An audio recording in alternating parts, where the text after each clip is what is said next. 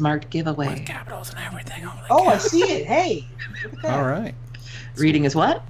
Fundamental. Reading the notes explains the notes.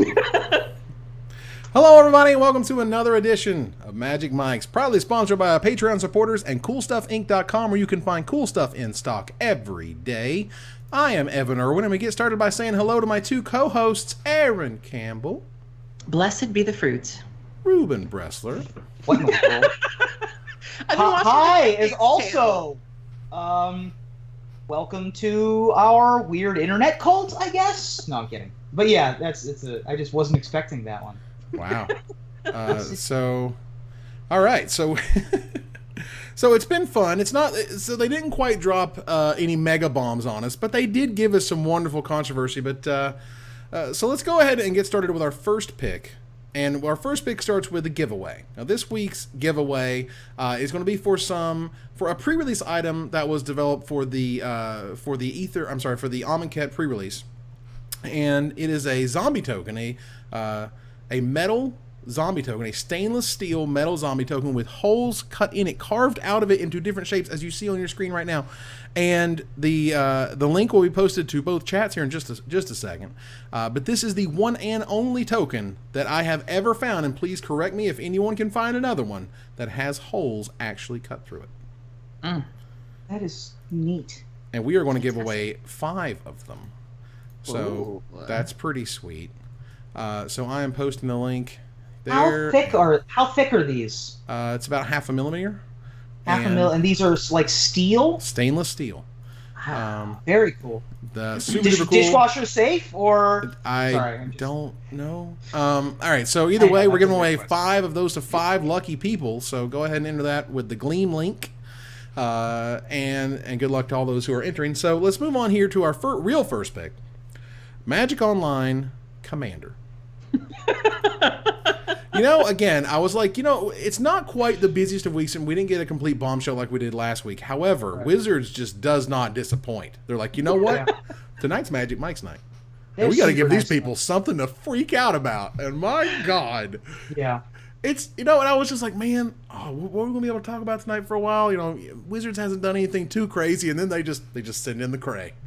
I love the word, and we'll get to the wording of the article, but the way the article is worded is just something else. It's just a great flavor of hilarious tea. The article is written, and some of you might understand this. When you get drunk and then you call your ex in the middle of the night and tell them you love them, and then hang up the phone and turn off your phone?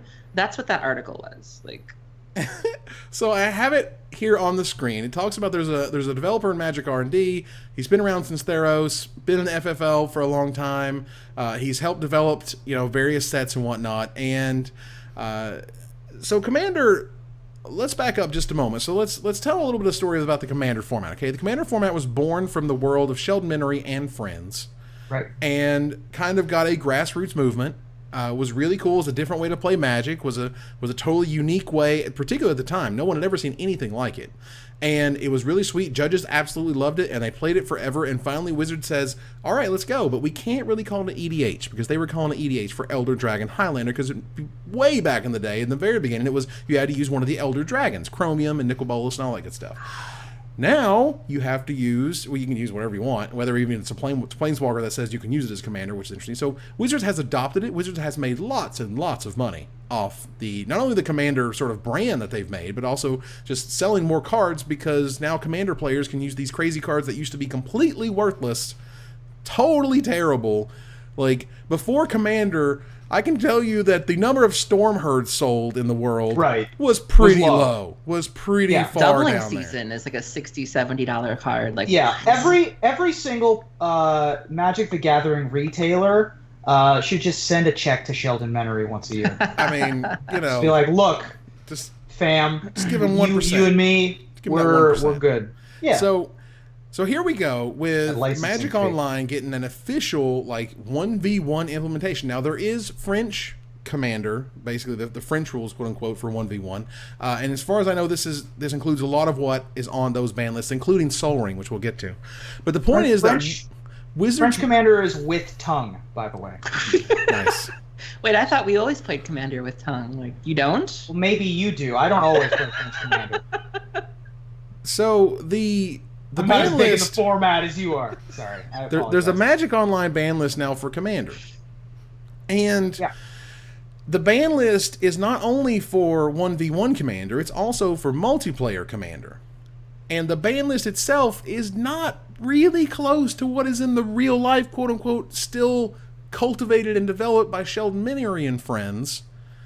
And that's kind of weird. And they kind of lay it out there, and they say, oh, by the way, 1v1 Commander is going to have a starting life total of 30, multiplayer is going to start at 40, both are going to use the new shared ban list. And so I don't know about the word crisis, but I would say there's a concern about how in the world you try and separate the paper ban list with the one that is called the Commander ban list on Magic Online, on Wizards.com. Wizards has came out and said this is our Commander ban lists for our official Playing Magic Online product. This is the one that you paid money to play, and we make sure all the rules are there and all the triggers happen and blah, blah, blah. This is it. And Sheldon had an official response, which I'll bring up here. And his official response was, you've no doubt heard about the changes to the Commander ban list on Magic Online. This in no way impacts the official Commander ban list. As the WotC folks mentioned in their announcement, the majority of online play is 1v1, so they've sculpted their list with that in mind. Our vision maintains that Paper Commander is a multiplayer format, which is how we will continue to manage the ban list. One of the major things at play here is that the social factors which apply to the face-to-face situations don't apply online. The paper and online environments have diverged for quite some time now and exist in different spaces. It makes sense. It makes a measure of sense, rather, to manage them differently. Now, here's your problem. Having two ban lists is weird and confusing. Having two ban lists for a format that is literally like kind of built around house rules. Like, there's rules for how many times you can run infinite combos at different places. I can see a place saying you can do it once, or you can do it 2 or 3 times, or whatever. And there's other places where, you know, this is on the ban list, on Sheldon's ban list, but not on our ban list. Or there's these other cards that matter or don't matter. Well, now, this is the thing. Like, Wizards has now defined what the Commander ban list is. Now, for a while, they very well may think that the paper ban list thing they have on this other PHPB forum is going to have more weight and credence than what's on Wizards.com. But let me tell you something. Once you Google, you know, I'm playing Commander, I wonder what the ban list is. I Google, you know, Commander ban list. I'm going to find something on Wizards, or I'm going to find something on a third-party site. Which one do I think is actually the real ban list? Right. So I don't know, and I asked Sheldon on Twitter, and I don't think I got a response. I can double check here, but I asked Sheldon, you know, so he actually got back to me right here. I asked Sheldon. I said, at Sheldon Minery rather, were you involved in the Magic Online Commander ban list in any way? Did they talk to you about it? And he replies, we knew in advance and offered opinions. We didn't have any direct input. First of all, Wizards, if that is the case, I feel that was a mistake. I feel this should have been a very close collaboration and an understanding. So if you wanted to keep these two ban lists, okay, let's say imagine a world where you want these two ban lists to exist, then Wizards has to officially do that. It can't be on this third-party site any longer. If it's on a third-party site, it's not official. That's kind of the whole point of an official website. That's your problem. So if they want to continue this and have this weird setup where cards like Primeval Titan are okay, but in paper, there's no way that's okay, I don't really think that they've kind of realized what they've done here, and they've basically superseded something that's been around for a while, and without really letting the people who've worked on it for so long have a major hand in it. And I think that could be kind of a problem. And again, I think it's just kind of it feels like the same people who were like, it's going to be EDH forever, just like the same people who were like, it's going to be Type 2, I'm never calling this standard in my life, you're going to lose. And when you think that this isn't the official Commander ban list, I think you're just going to lose. Yeah, it's certainly a strange way to have handled it. You know, Commander is a unique unique animal in that it was community created and has lasted for so long. A lot of community created formats and archetypes and types of ways to play Magic don't gain the attention of Wizards of the Coast. They're just other ways to play. I played a lot of multiplayer when I was very young. Formats like Emperor, or massive, just 7-player free for all, or Star, or Prismatic. I played all those formats, but those formats didn't get the official attention of Wizards of the Coast, and then start releasing, Prismatic 2017, and we're gonna have our spoilers for the next season of Emperor releases, right? Like, that's not a thing that happens. So it's certainly we're in a brave new world of taking something that was community created and turning it into a mass produced product. In this particular case, it's a little weird that they have handled it like this, that they didn't go back to the original source, didn't talk to the people who very carefully curate the live paper metagame. Even though the metagames are much different. I understand that one-on-one is much more popular online, regular multiplayer is much more popular in groups. But I'm not sure that matters as much as they seem to imply that it does. I think that the biggest disconnects of, for example, Emrakul is legal in one format and not in another. The largest, biggest, most powerful creature that's ever been printed. It's if you can think of an iconic creature to most newer players, they just think of whatever's the biggest. And Emrakul, the Aeon's Torn, is the biggest. That's the one. And it caused quite a hubbub when it was banned. And now it's legal. Sol Ring has been printed in every release of every Commander product. It is not legal on this new Magic Online format, which, for the record, I completely agree with. I think that Sol Ring should be nowhere near. But, I mean, can you imagine you buy a Commander product? You also think pineapple should be on pizza, so let's not. I mean, look, that's false equivalency. That's a whole separate problem. Let's not ad hoc attack me based on my strange taste buds. All right, we can get back to pineapple on pizza in the red zone in a couple of weeks. But to buy an official Commander product that you can't use, yeah, it's weird. The punchline is just writes itself. Aaron, are the Commander products legal to purchase from the Magic Online store? They haven't been. I remember the Daxos one was not. They're very hit or miss.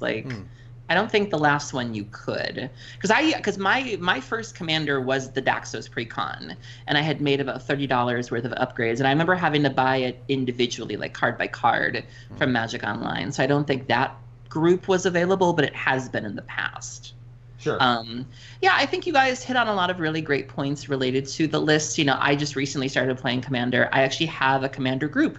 I have a local group and we play every 2 weeks and we have a lot of fun. And, we've never had the ban list discussion. I don't think anybody in my group has ever tried to play a ban card. But, the nice thing about playing Commander is that you can sort of make your own rules. I know my local game store, one of my local game stores, has a rule regarding infinite combos where they will allow you 3 loops or 3 times around the loop, and then that's all you get to do. My friend Chris's local game store recently banned the new Tamiyo because she was getting out of hand and people were pairing her with Doubling Season and doing all sorts of shenanigans. So, in the past, if there's ever been a banned announcement for Commander that you didn't like, you could just sort of disregard it and say, well, my group is fine with this, move on. Yeah. The lists that you're being given on Magic Online, you have to sort of obey. You don't really have the luxury of saying, we don't want to do this. Or let's say me and Emma were to go in there and we have no problem with certain cards, and we can't just we have to follow that. I have Sol Ring in all of my Commander decks except Omnath, because that requires specifically green mana. But it is jarring. I'm actually really excited about this. I would love to be able to stream Commander. I would love to play more Commander. And now I have to kind of think about are my cards okay? Cards that had been fine before, I now have to take a second look at when I play online. And overall, I do want to say I think this is a good thing, though. I know a lot of people are excited about playing more Commander. I don't want the I think there's room for criticism, but I don't want it to completely overshadow the fact that we can play more Commander now, and that's great. And yay. That is absolutely sweet. So for what it's worth, I appreciate the fact that Wizards is making steps to have Commander be a thing that you can do, play in leagues, play with people. That's super sweet. And so I want to note here I've been kind of checking out the chat here. So SuperBuyXO says Sheldon and the committee probably didn't want to participate on the new ban list because they don't like the idea of 1v1 Commander. They've always said that. All right, cool. How about this? How about Wizards worked with Sheldon to develop the multiplayer ban list?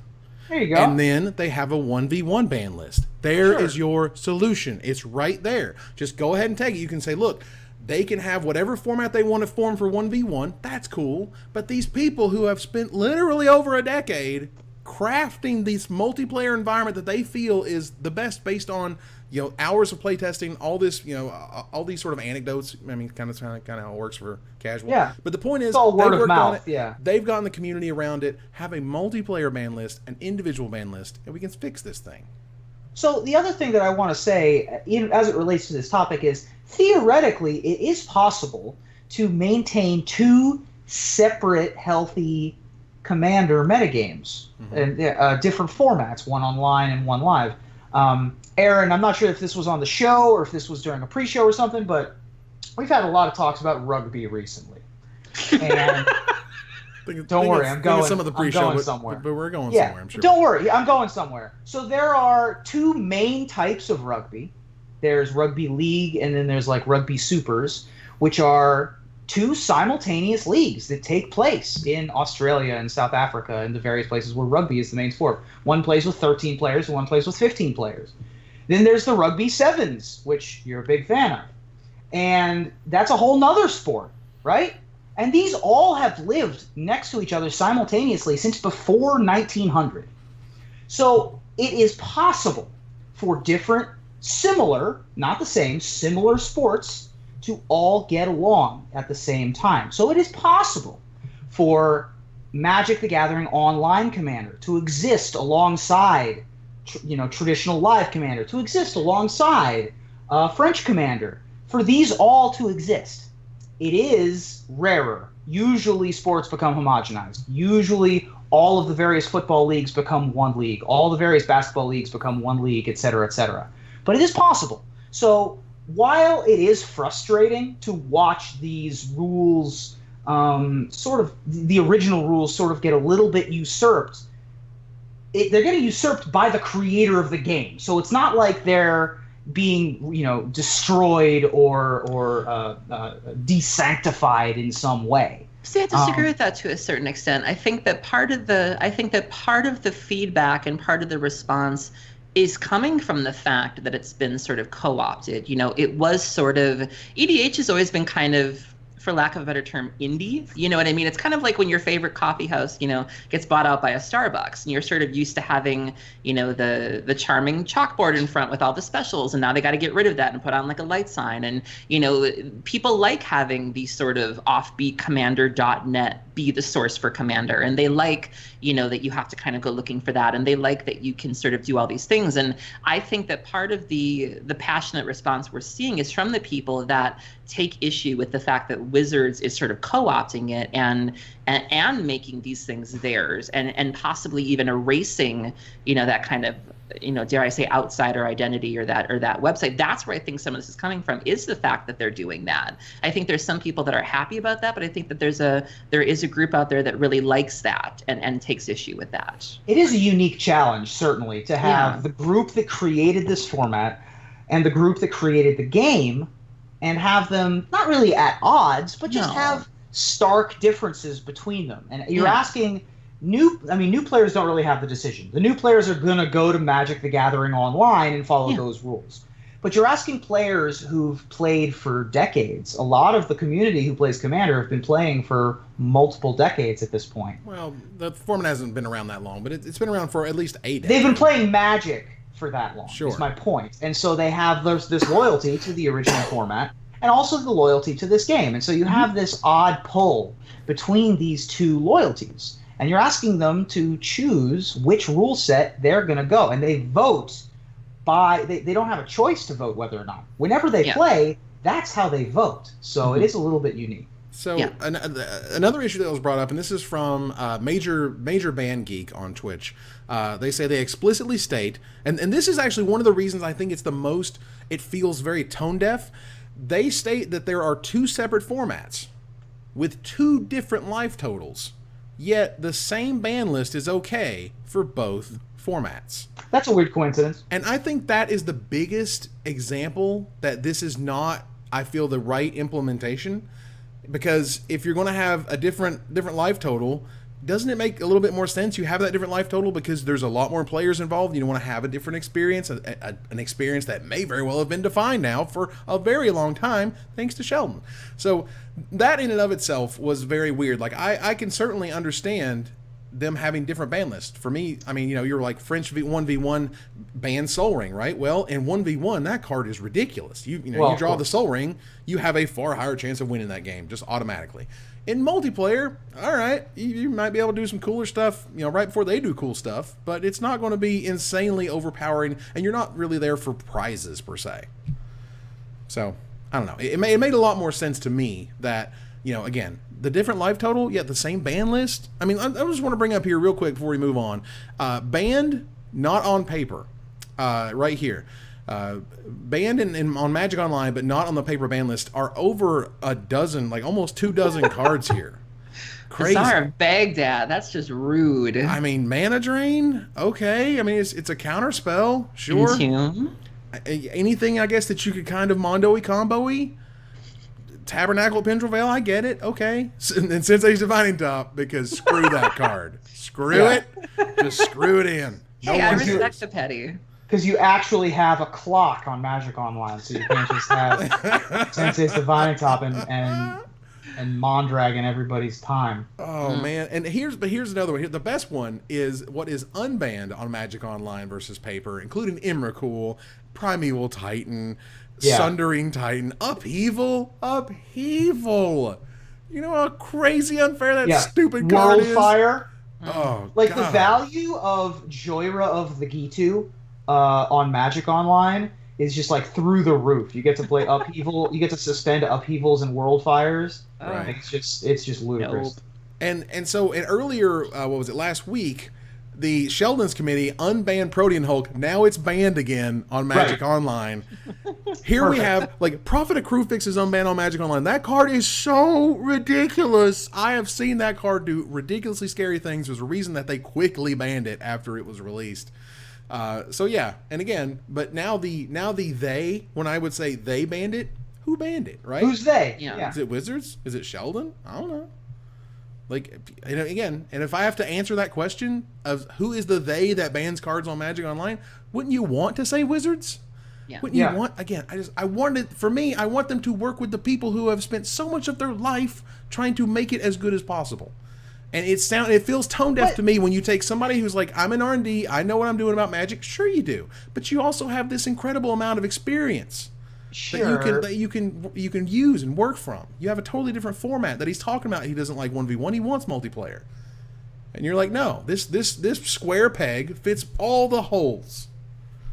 On the other hand, though, it's like, I kind of want the people who make the rules to all formats of Magic the Gathering to be within the building that makes Magic the Gathering. Now that we're printing Commander products, now that Wizards of the Coast has officially recognized this format as a thing, I would like for all of the machinery behind that thing to be within Wizards of the Coast headquarters. Mm-hmm. I like Sheldon. I think that he does a great job. And he and his friends do a really good job of keeping up this ban list. But they're just playing in, somewhere else that I don't know. There's no transparency.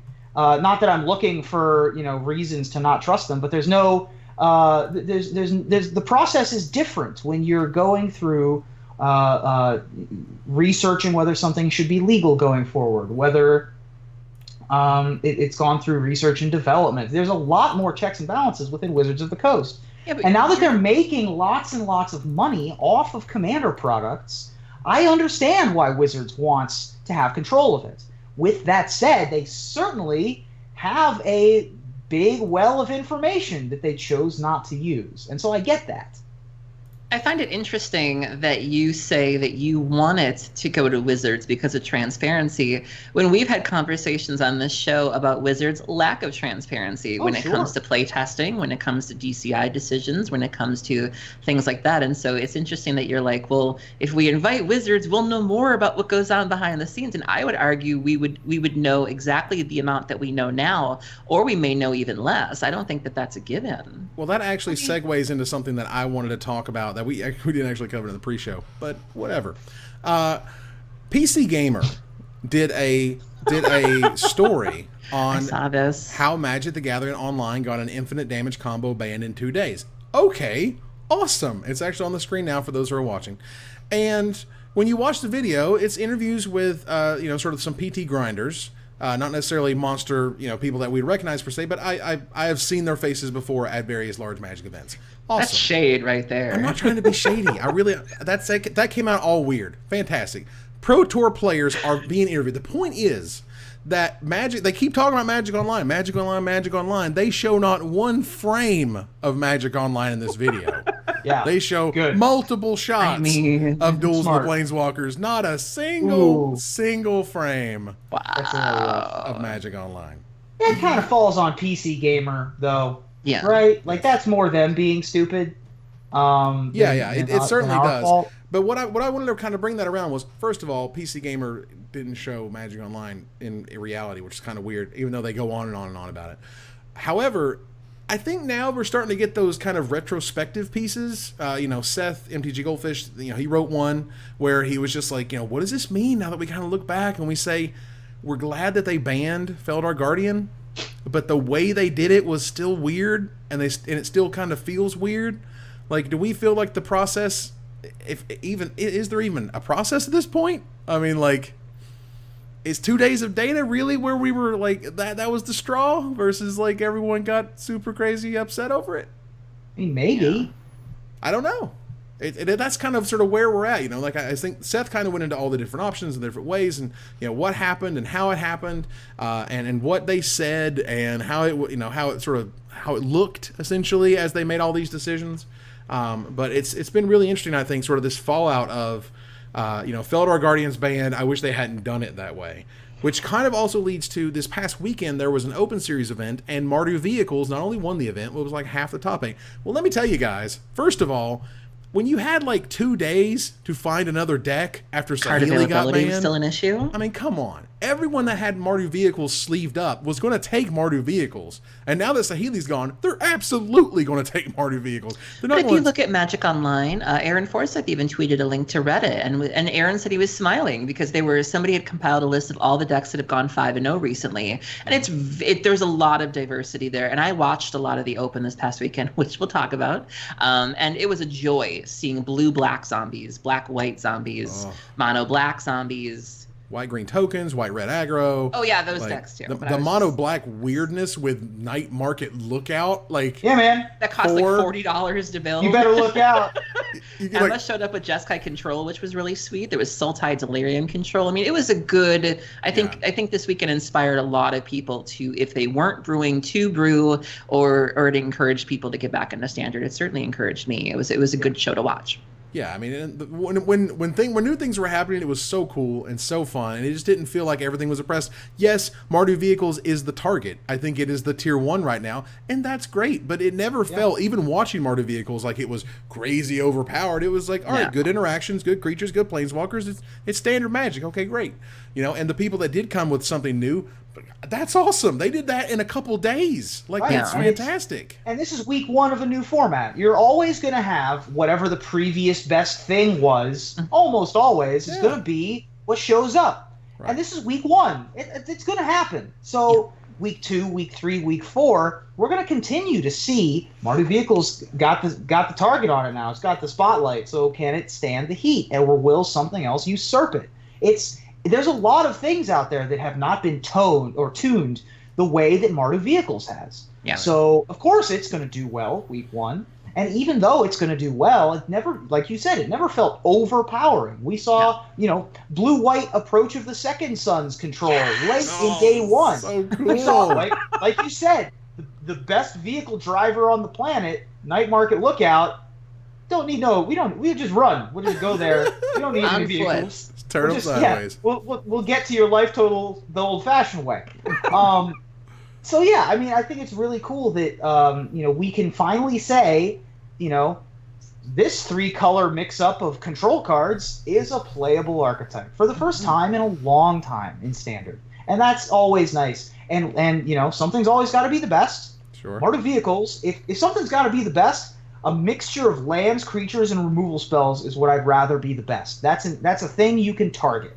And so I think that Standard, regardless of how the information was released, how we got from there to here, it's way better than it was 2 weeks ago.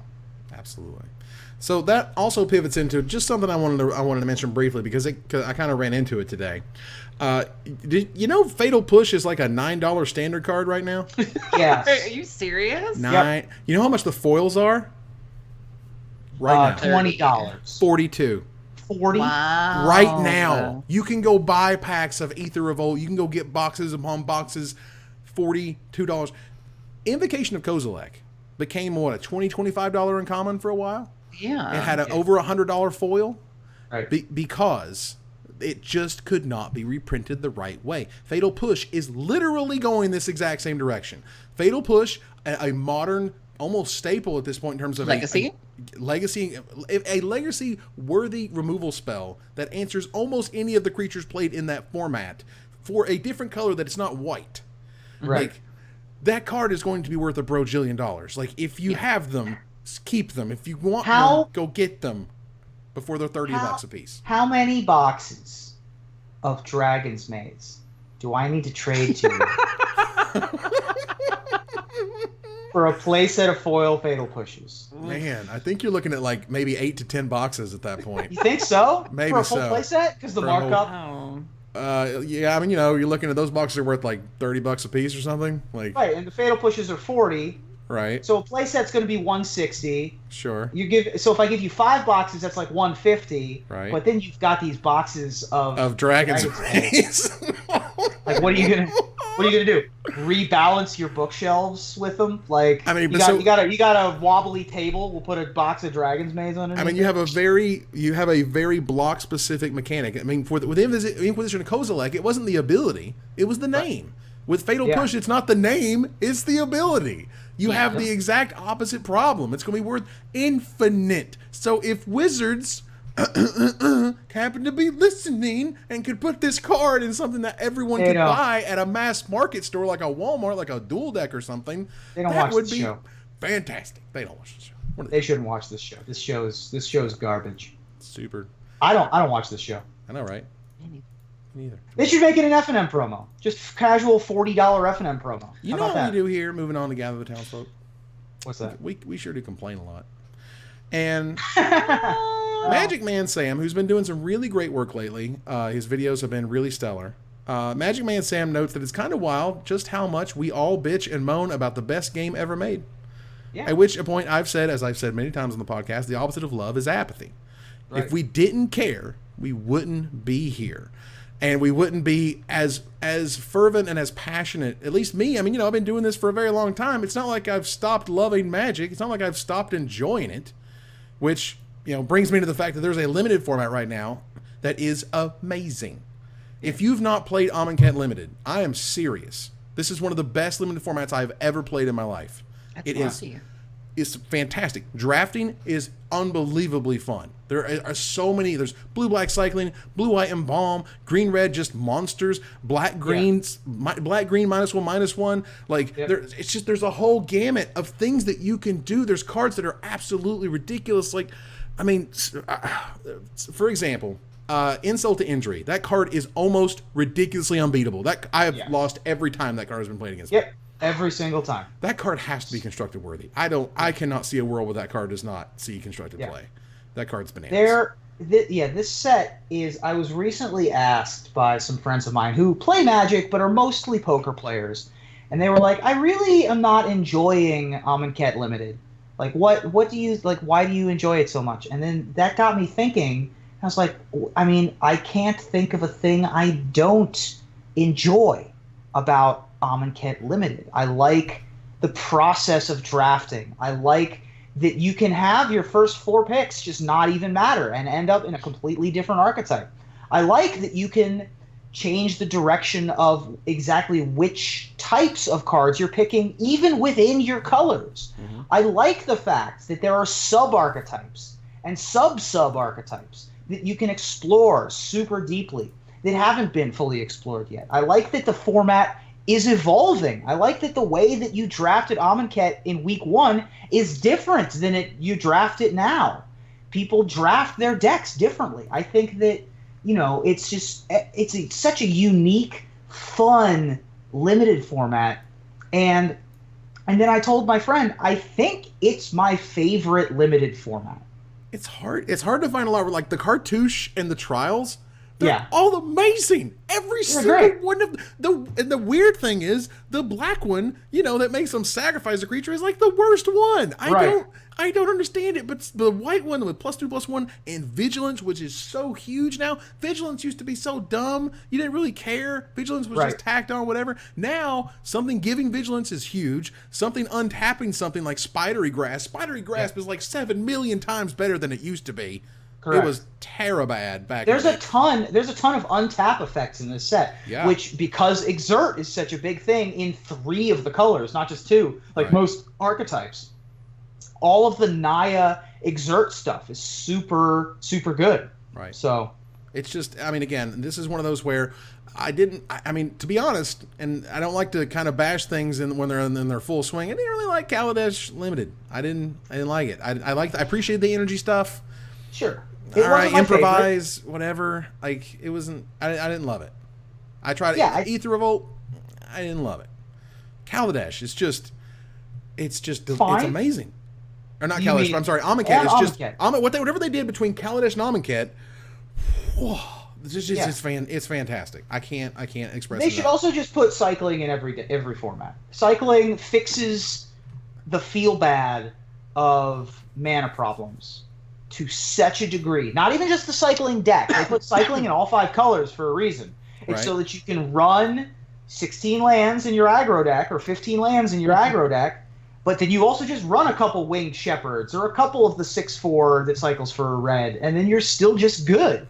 You can run a lot of cycling cards and give you that utility. And like we mentioned a couple when we were previewing Amonkhet, they put cycling on the right cards. Mm-hmm. They put it on expensive late-game creatures so that you can cycle them early and play them late. They put it on sideboard cards. I've been main decking the give 3/-1/1 counters to a flyer. I've main decked the Demolish that has cycling. Scarab Feast. I main deck Scarab Feast quite a bit. I main deck the attacking creatures get +2/+0 thing. Like these super utility cards that you're going to cast 30% of the time, maybe 10% of the time, depending on the card, but that you cycle a huge percentage of the time. Not just in the cycling-centric decks, not just when you open Drakehaven, but in every deck. It really smooths everything out in a limited format that I really think that cycling should be evergreen, just like Scry is.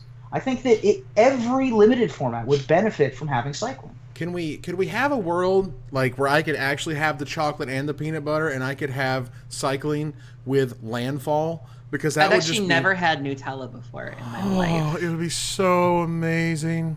No, landfall's great. I would just love that. Like landfall, it just for me just changed the way I played Magic, and cycling just makes Magic better. It just makes it better. Speaking of Edifice of Authority. Speaking of, you were talking about the Demolish that cycles, Edifice of Authority is one of the artifacts that you tap and put brick counters on it. Surprisingly good. It's ridiculous. That card should have been rare. That card colorless is bananas. Prison Term. It's stupid. So powerful. I can't handle it. I do have an important question for you, and maybe this will take some of the heat off of Ruben, but you brought up peanut butter and you brought up chocolate, and so I need to know whether or not I can continue to work with you two. Are you creamy peanut butter or crunchy peanut butter? Who are you asking? Both of you and Chad. Like, I need to know who I can trust in this crazy world. Like, well, look, not only is it's first of all it's Skippy, and second of all it's creamy. Yes. It's creamy. It's Skippy creamy. You already know you can't trust me. Are you crunchy? I'm pineapple on my pizza. No. And no. I like peanuts in my peanut butter, man. No. Oh Oh, true supervillain status has been made. Why are you like this? Look, man. Oh, we're getting the creamy creams, we're getting the smoothie smooths, and every once in a while, I got a couple allies. Oh, Kurz's is on my side. We got Crunchy. You got it. That's well, amazing. your side is the side with the torn bread because you got to smear it on there. Well, that's just because you're a maniac that stabs your bread with a butter knife. I'm an aggressive smearer. I make no apologies. That's a you problem, not a Crunchy problem. Wow. How about we don't blame the peanut butter? Okay, so hashtag don't blame the peanut butter. Great. All peanut butter's great. There's not hashtag not all peanut butter. All right, so Wow. we're gonna move on to Desperate Ravings. So to kind of bring it down back to reality a little bit here, Aaron, tell us a little bit about AJ Soccer and how he sort of talked about Twitch chat this past week.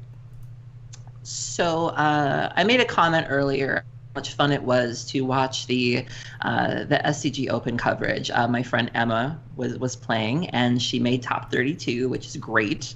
Emma tends to go back and watch her matches to sort of see what she could do better and things like that.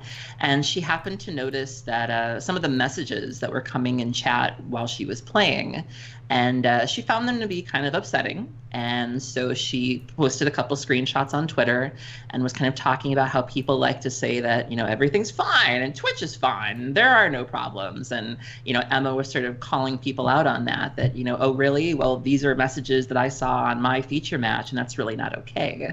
And it got a lot of retweets, and it got a lot of attention, and it got picked up by AJ Soccer, who's been doing a lot of really good work in the community. And he had decided to make a video about it because he had received some feedback, and I believe it was one young man in particular that he wanted to like kind of have a discussion with. And so he played this guy's video in his video and then sort of answered all the questions very level-headedly, and it was very good. And this has been a problem for a while. And, you know, Twitch chat has been a problem for a while, whether it be at GPs or the Pro Tour Opens and things like that. And I feel like this is something that's going to continue being an issue until we stop prioritizing traffic over the people that we're featuring. I was a part of, I've been in open chats before when Star City Open Chats when it was sub only. And it was really, really nice. It was quieter than they're used to, and certainly there were less people watching, but it was nice. And I remember when Amazon Prime recently rolled out that partnership with Twitch where you get like a free sub or whatever. And that was right around the time that Star City took the sub only away. And the numbers shot back up to like 10,000, 11,000 people. The problem with that, though, is like any social media metric, that number is based on the kind of interaction that you're getting, the kind of engagement that you're getting. If you have 7,000 followers on Twitter, but nobody's liking your tweets, nobody's retweeting your stuff, nobody talks to you, what does that number really mean? And so you can boast about the fact that you have 10,000 people in your chat, but if they're all baboons throwing poop at each other, what good does that number really mean? And so this is something that's been kind of brewing for a while, and whether or not we should be putting this emphasis on, well, at least we got bodies in the chat. Yeah, but if they're not good bodies, and if they're doing nothing but jeering people, that right for you. I think that's what made this whole thing so embarrassing, was that Emma and JD write for Star City Games. And so on the one hand, Star City is saying, well, we'll promote you and we'll give you a platform, but we draw the line at making you feel comfortable and making you actually want to watch your feature matches. And so, again, you're basically saying to somebody that you are here, you are a product, you are here for clicks. And that's something that, you know, some male pros had kind of voiced to me too, is they would like to know that the sites that they're writing for, the TOs that they're working for, think enough of them to sort of moderate these things and to take better care of them. And I was really glad that Emma brought it up, and I was really glad that AJ brought it up. And it's something that's been brewing for a while, and I would really like to see just you know, chat become a better place and stop relying on the, well, it's just Twitch chat. Well, we know that, but it needs to not be. And so this was what a lot of my feed was talking about this week. Right. Well, I mean, for what it's worth, before the SCG tour, there was SCG Live, which I was in charge of, and I had a hand in terms of the sub-only stuff. And because, you know, this was an issue, and, you know, it was a way to ultimately, I don't think the viewership numbers were that affected. But again, I don't have the stats at this point, so I'm not 100% sure. But either way, the point is, it is more or less kind of we're still back in the Wild West at this point. I don't know. Yeah. Like, Twitch chat is, I mean, it's like any other anonymous medium. If you have an anonymous medium, people can be total, complete jerkwads. And that makes me sad. And particularly the females in terms of just be, essentially just being, called names and, made to feel like something or try to be, compared to something. And it's weird, and it's one of those things that as a guy, you don't really think about. And Right. it's nice to be able to have that, hey, there's other people who experience other things in the world. And Chris Van Meter had a good response to this, actually, Yeah. which I really appreciated as well, which he specifically mentioned that Magic the Gathering, as a hobby, as a televised event, is much kinder to chubby white men with beards than any other subculture. And that he feels lucky to, sort of... Wow. Whereas other places he might be subject to a lot of the hatred and bigotry, similar, not the same, but you get my point. Right. Magic doesn't have that. And so I thought that was another interesting take on this. Look, I have been the poster child for what people laughingly refer to for some reason as white knighting. People who are in a position of privilege that choose to want other people to not have to suffer through crap. Which okay, sure, Wait, that's Ruben, what I am. are you caring about people again? Yeah, it's my Did bad. What you did we give tell a you crap about that? Oh, man, we Right. talked about this, bro. And so look, and AJ is another one of these. And he lays out in very clear, specific, and patient terms. Yes. And I also want to give a lot of credit to the gentleman that he responded to, which I think was like Snacky's Tasty or something. I forget the user's name, but he has a good dialogue with AJ in response to this video. And I want to give a lot of credit to him because it is tough to take new information and work it into the decades of information that you've grown up on. There's a recent your worldview. There was a recent cartoon from the Oatmeal Yes. describing Fantastic. this. That was top of Reddit, top of trending on Twitter, all that kind of stuff. Take a look at it. It's called "You Won't Like What I Have to Say" or something like that. And it is an excellent example. But this is a real life example, a real world example of someone who was presented with new information, an argument that said, here are the reasons why it just simply ignoring Twitch chat isn't not only going to solve the problem, but is a bad solution. And all the reasons for that. And I think that this isn't a problem that's going to go away. And for the few people who, for one reason or another, don't want us to talk about it on this show, sorry, we're going to keep talking about it on this show because it's a huge part of Magic culture. Is the various issues facing the different groups that society blocks us into, so it's going to continue being a thing. Yeah, and I want to go back to Chris Van Meter because I really like the chubby, the chubby guy with the beard metaphor because he applied it in a really interesting way. He said that when he first started, being on camera and writing articles, he had a lot of guys come up to him and say, thank you for, having the crazy beard and thank you for being a pale dude who loves gaming and things like that. And he was like, that's what these people are. He's like, these are someone's chubby white dudes. So that was really great, which is like, these are someone's their chubby white dudes is a great phrase. That's what he basically said. He was like, Emma is somebody's chubby white dude with a beard. And everybody deserves to sort of have that. And like I said earlier in the show, this is something that male pros agreed with me on too. This wasn't something that was unique to women. I did bring it up on Twitter and I did get some feedback that were like, yeah, we'd like to know that. Because again, if we're going to promote these guys and these girls and we're going to put jerseys on them and we're going to slap a website name on them, you're going to promote them, but only so far. You're going to do what you can to make them look good, but then expose them to an outlet that doesn't make them look good, that doesn't make the game look good. And so if we're in this push to like promote the game and promote the community, that message kind of runs counter to that. You know what I'm saying? And so it just needs to be a little more consistent. It's just, and part of it, is about sort of fairness. The other part of it is about inclusivity. And there's a sort of a parallel now. Of course, over the past year or so, I've been getting really into board games. And the biggest board game site, weird, right? The biggest board game site not close is Board Game Geek, and on it they have forums where you can talk to people. And at one point, I got into a conversation about like the rule books for a lot of the board games. To be honest, for me, it was a little shocking. I would even argue most of the rule books say things like, when he takes his first turn, when he moves his pawn, Right. yada yada yada. Very very he, very him, very dude He, his, centric. him. Yeah. And so when I said to this person who was running a Kickstarter, hey, this main character that you have could very well be a female, or could very well not be defined as a gender, and they could just kind of project whatever they want onto that. That's a thing. Don't hurt my feelings if you don't want to do it. I'm just saying. Immediately called out as like whining, crying, boo-hoos over your pronouns. And I'm like, look, dude. And then it wasn't the Kickstarter creator for what it's worth. It was someone else. But the point is, I was like, look, dude, it's not going to hurt my feelings. But I've got 2 teenage girls. And I'm telling you, when I give them rule books and I'm like, hey, here, the rules in there somewhere. And they see all this, it's his first turn. Give the first player marker to him. Like, that can just turn people off. It's less inclusive. It makes people feel weird. And again, not necessarily the same thing as Twitch chat. I'm just saying in terms of like the female treatment, female exclusivity. Giving them the same respect, giving them the same type of, sort of credence is important. And it kind of and again it kind of came back with like, nope, that's not a thing, and you shouldn't play with your little piddly widdly boo-hooey crybabies who need to have their magical pronouns. I'm like, dude, right. And here's the thing. It all boils down to money.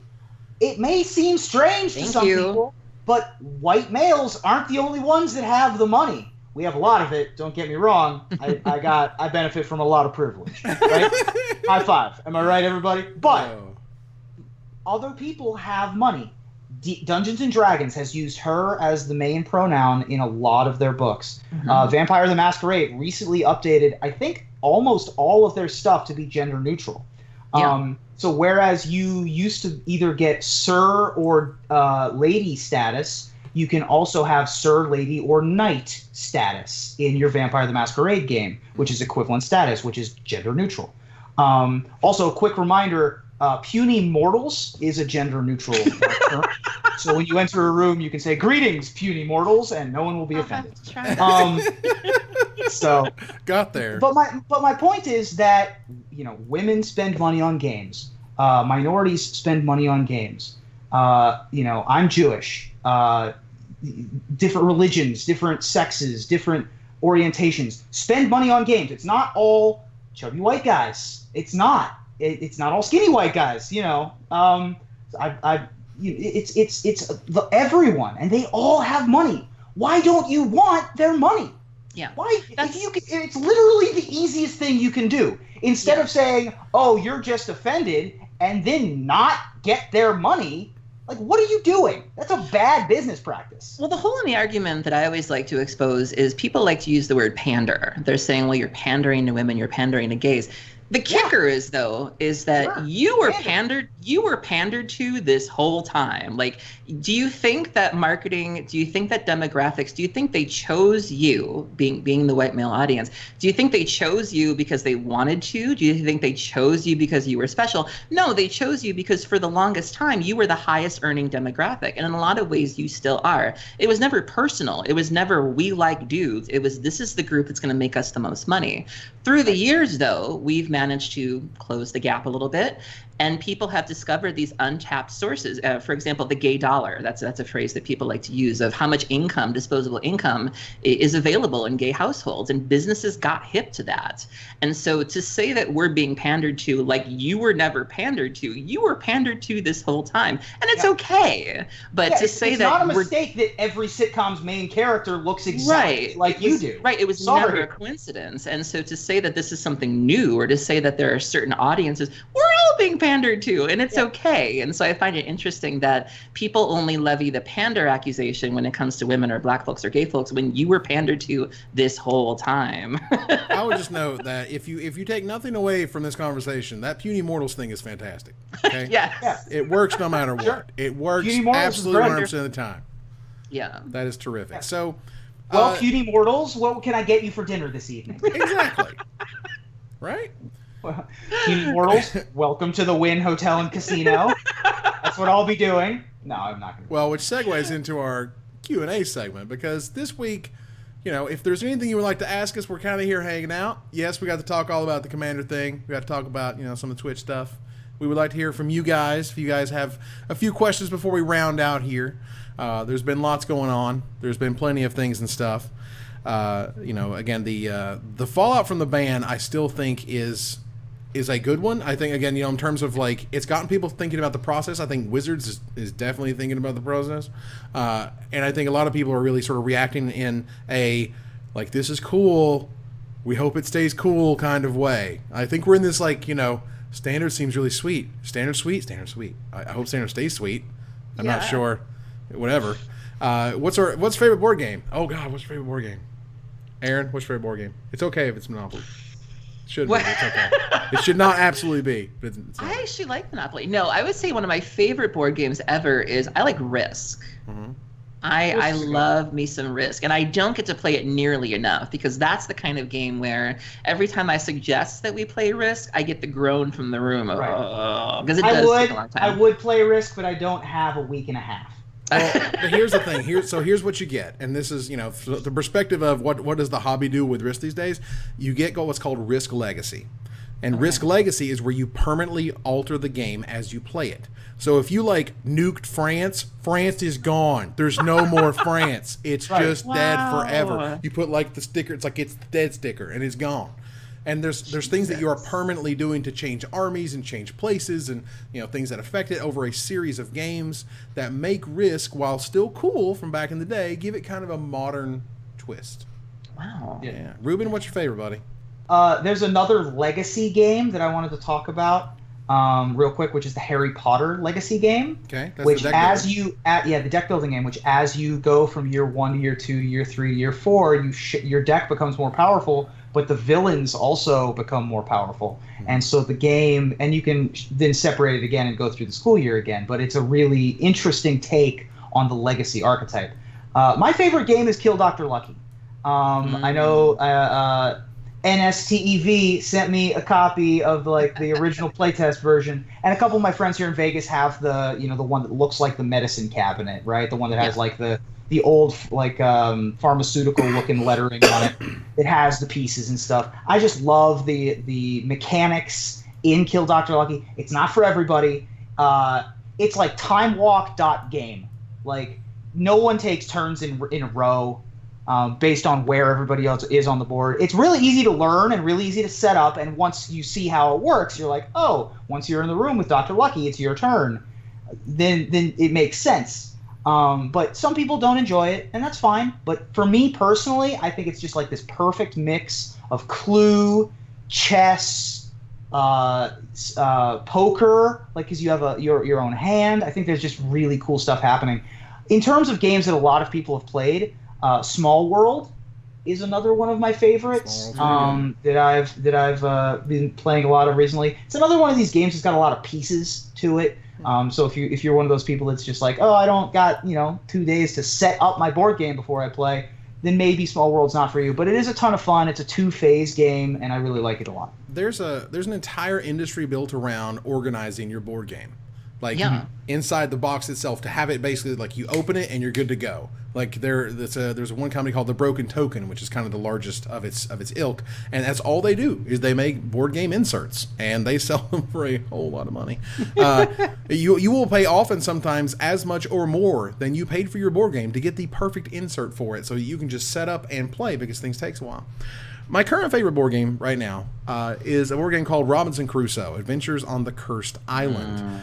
This game will beat you down. This game will hurt you. This game will do things to you, and you'll be like, wow, really? And then it's like, nope, and then just kicks you in the groin. And so Robinson Crusoe is very much, it goes through different scenarios, and it is very much a story of everything is trying to kill you all the time. And one of the cool things about that board game in particular, one, you can play it by yourself. It's still just as brutal and difficult as it ever was. Wow. It's a cool solitaire game, and I've played it solitaire. It's super neat, and it's still super tough. And that's one of its hallmarks, is it's crazy difficult. But the other half is one of the things that it does is you'll do things, and you'll pick up a card, and it'll say, would you like to bring back this weird crate that you found, back to the camp? And you get 1 food if you do that. But then you have to shuffle it into this special deck of events. and then on the beginning of your turn you reveal one, and that thing comes back, and it turns out there was a snake in it, and it bites you, and you're poisoned, and that's a problem. Right.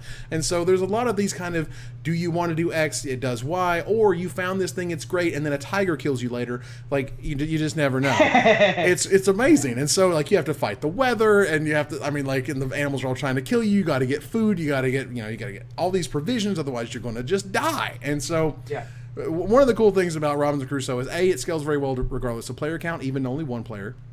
And two, again, it's just so beautifully, wonderfully difficult. It's crazy. So that is my official favorite board game.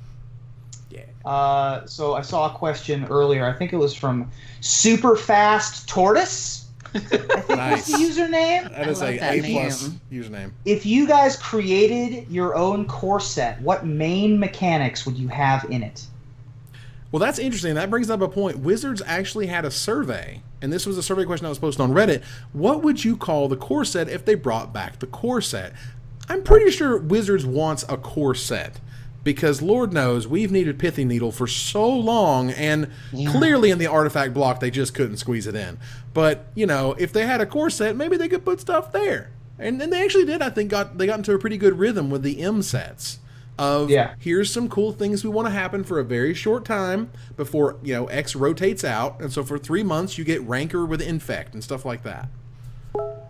Yeah, exactly. I think that kind of stuff is pretty interesting in being able to do that. As I mentioned earlier in the episode, cycling. I think cycling should just be in every set. I think Scry is a great example of this. I mean, you could sort of alternate Scry with it, but cycling is a good candidate for every set. Just like Scry, just like Prowess, they added Prowess. Right. I think those are good candidates for everything.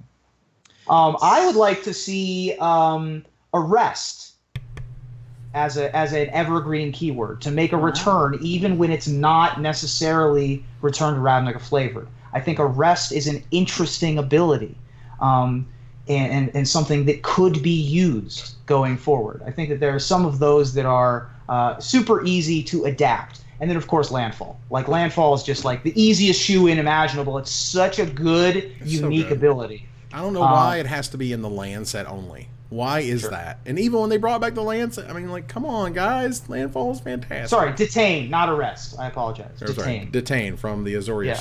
So I'm going to pick a mechanic people are not expecting me to pick. One of my low-key favorite mechanics of all time, this is old school fish, is phasing. Oh, no.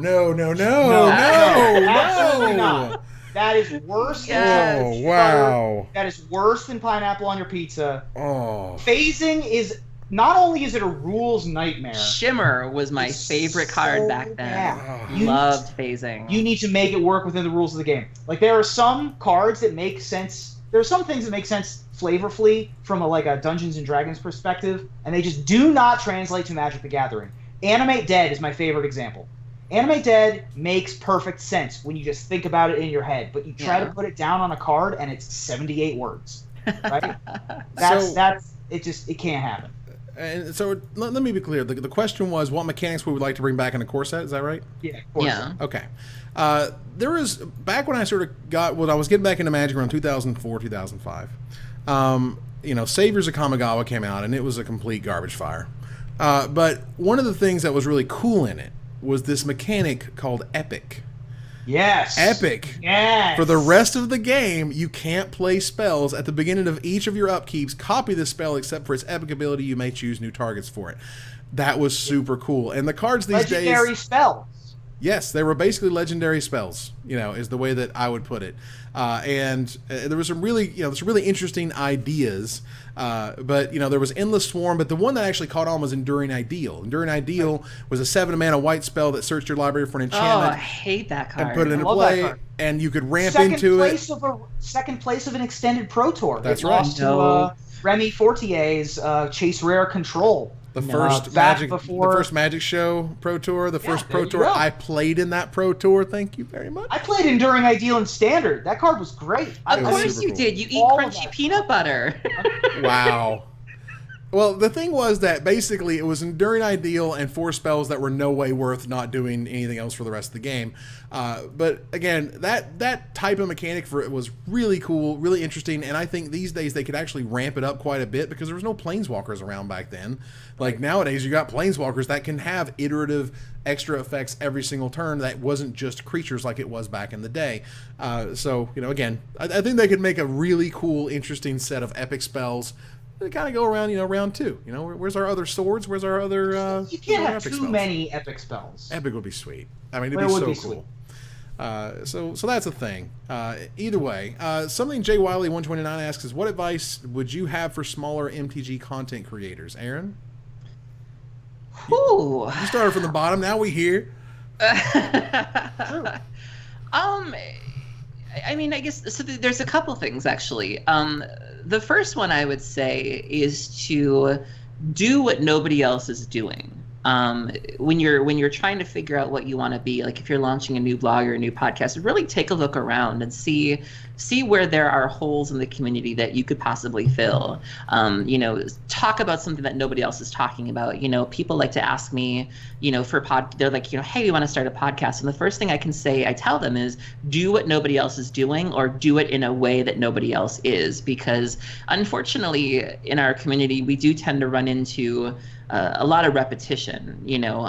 This guy's talking about either work Marvel. Well, that guy's talking about either work Marvel. And, I always tell people to do something that's never been done before. When I made the deck tease, there weren't really any interview style shows out there. And that was something that I wanted to do. And likewise, when the Girlfriend Bracket was sort of, brewing in my mind, we had Magic the Amateuring, which was a duo, but there had never been like a female roundtable show before, 4 women every week. I wanted to do that. And so I always tell people that if you're thinking about starting something, see where there are gaps that could be filled and really fill that niche, and you could really get very far with that. And the other thing I would say too is to don't look at your numbers.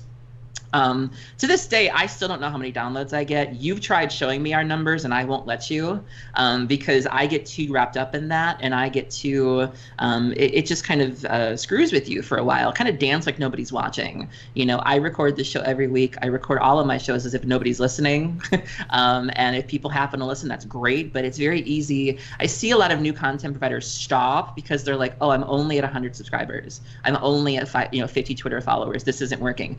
Don't look at those numbers. Don't listen to those numbers. Keep doing what you're doing, and eventually those numbers will come, and that's not a reason to stop what you're doing. You know what a great example of that is? A great example of that, and based on what I'm seeing here, he's actually hanging out with us right now. Alpha Investments, Rudy from Alpha Investments, is a perfect example.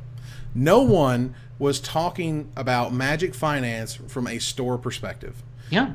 And not only were they not talking about it, like I think he's really done his best to give his actual thoughts. I don't think he's right on a lot of things for what it's worth. For example, Force of Will is doing just fine, seriously.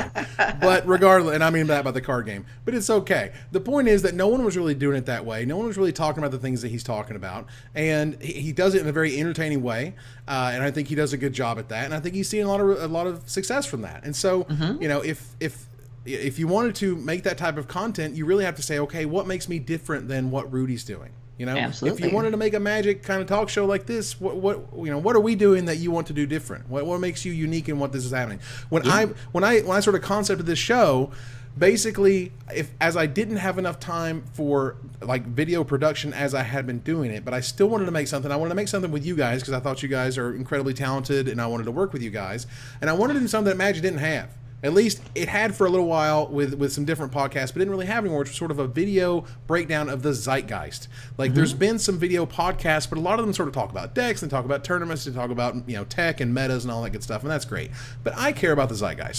So again, I think Rudy is a great example of that, and a good way to show what was missing, and look at that guy's success. He has an incredible amount of success. Magic Man Sam is another one, yeah. Yeah, who's starting to look at different aspects of the game and the way that he can kind of show it and talk about it and display it. That is really, really cool. And it's not easy. You're going to have to get lucky. You got to get lucky breaks. That's just the nature of anything, honestly, that you want to be super successful at. You're going to have to get lucky breaks. But, you got to put yourself in those positions. You got to put yourself in that position to draw the out, right? You got to put yourself in that position to get lucky. Right. Because if you're not there in that position, you're never going to get it. So there's a couple things that I want to point out. Number one, Jay Wiley is Eyes on the Mize podcast. So you guys Yeah, with him and Dix. Eyes on the Mize. Yep, Nice. him and Thomas Dixon.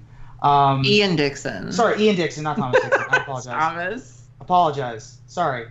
He also edits my D&D podcast every week, Arcana Philosophical. And it's a great question. And the thing that I always tell folks, the most important thing is to be as talented as me. No, the most important thing is Girl, no, bye. that's the most important thing is show up every week. Consistency. Consistency is the most important thing, whether it's Twitch streaming, whether it's making a podcast, whether it's making art. Doesn't matter what it is, you need to keep doing it. The best example of this that I can come up with is Kenji, is Newmont the Nummy. When he started streaming, he was not popular. He had 30, 40 viewers. Even 3-4 months in to his I'm going to stream every day for a year that got him to where he is now, 3-4 months in, he was still 100, 200 maybe viewers.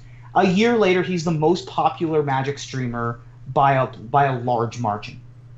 And that is just showing up. That is showing up, doing the job, and it's gonna be painful. There have been so many times we've recorded this show, and it's like, I don't feel good. I had to work. My boyfriend or girlfriend, fighting with me or whatever. Yeah, there have been a lot of things going on, but you have to show up. Your audience doesn't care. Mm-hmm. Your audience, I mean, they care, but they don't really care. They're also not one person. Yeah. Right? A person can be nice. A person can care.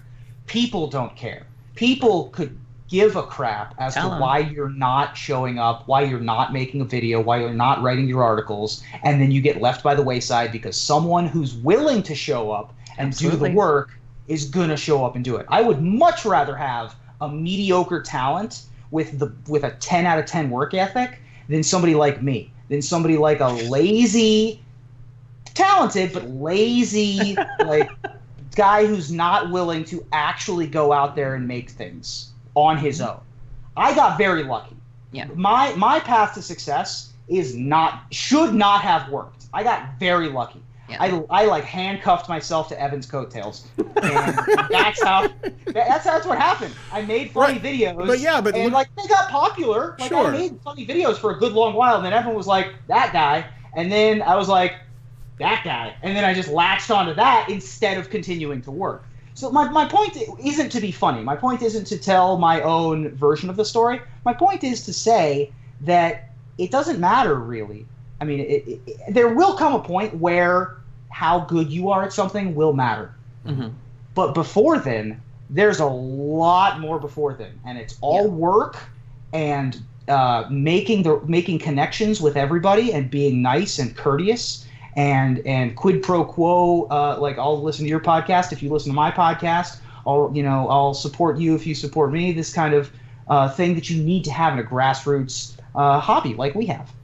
Can I add one more thing if we have time? I think another point of advice I would give people, more specifically for when you take off, like if you're somebody who's starting off small but you have dreams of like being, a limited resources, or you have dreams of being a Magic the Amateuring, one thing that really means a lot to me, and I always tell people, is have good people around you, because when you take off, it happens so fast, and there's no rule book on how to deal with success or how to deal with visibility, and it's very jarring to suddenly be visible and to have half the people in the world telling you that you're awesome and you poop rainbows and you can do no wrong, and you have the other half telling you you're the worst thing that ever happened since flanking, and you lose yourself in that ride. You kind of don't even know who you are anymore to some degree, and so it's really important to have good people around you. Like a lot of times you'll see people who are visible, you see them kind of associating with the same 2 or 3 people, and there's a reason for that, because you need people who can keep you on a solid footing, because if you don't,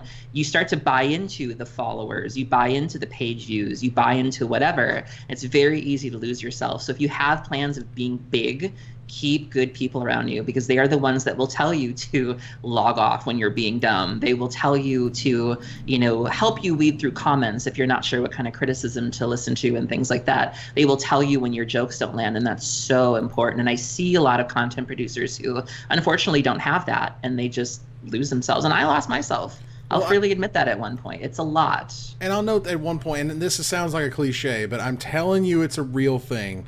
everybody you see on the way up, you're going to see on the way down. If you're like, whatever, there's some person that comes to you and they want some help and you're like, go away, I don't care about you, whatever. Like, and then they get huge, like, they're going to remember that. That's the thing that does happen. Yeah. So real quickly here, as we turn our corner into the finisher, let's announce some winners here. We have 5 winners. We have Blazing_Disciple.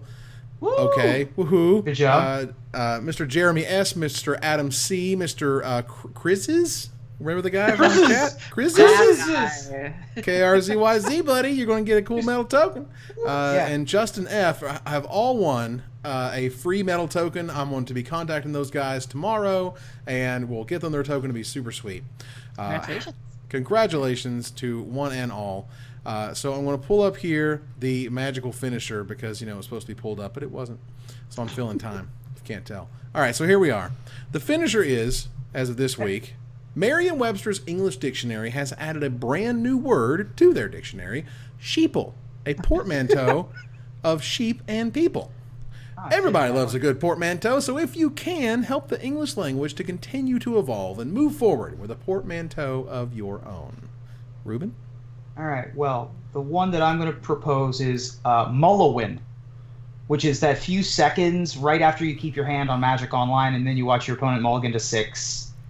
And then a 5, and then a 4, and then they keep, and then they scry to the bottom, and then they draw their first card, and then they immediately concede. Oh God, I'm telling you, there is this beautiful moment when your opponent goes to 6, and you're like, please, you're just like, please, could you just, you set up all your time? tarot cards, and you set all your D6s to 5s. That means they're looking for ley line in my world. Oh man.